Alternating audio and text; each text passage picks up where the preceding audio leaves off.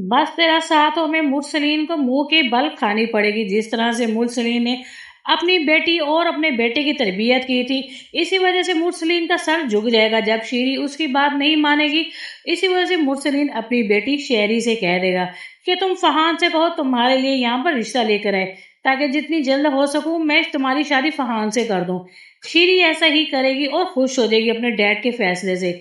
इसलिए शीरी फहान से कहेगी रिश्ता लाने के लिए, मगर फहान तो पहले से ही शैयान से बदला लेना चाहता था। इसी वजह से वो बदला लेने की खातर अपना उसका जब पूरा बदला पूरा हो जाएगा तो साफ कह देगा शीरी को कि मैं तुमसे शादी नहीं कर सकता, मैंने तो सिर्फ तुम्हारे साथ दोस्ती की है। मेरी दोस्ती इस तरह की नहीं कि मैं तुमसे शादी करने बैठ जाऊं। वहीं पर शीरी बहुत ज्यादा हैरान होगी और उसे रोना आ जाएगा। दूसरी तरफ अनस और अनीसा जमील जब अपनी भाई के घर जाएगी तो उसका भाई आरिफ उसे अंदर नहीं आने देगा। अनीसा को भी बहुत ज्यादा गुस्सा आएगा, लेकिन अनीसा जबरदस्ती अपने घर में चली जाएगी। आरिफ उसके ऊपर हाथ उठाने की कोशिश करेगा लेकिन अनस सामने आ जाएगा और आरिफ का हाथ पकड़ लेगा और साफ कह देगा मैं इसका शौहर हूं और आपका कोई हक नहीं मेरी बीवी पर आप इस तरह से हाथ उठाएं।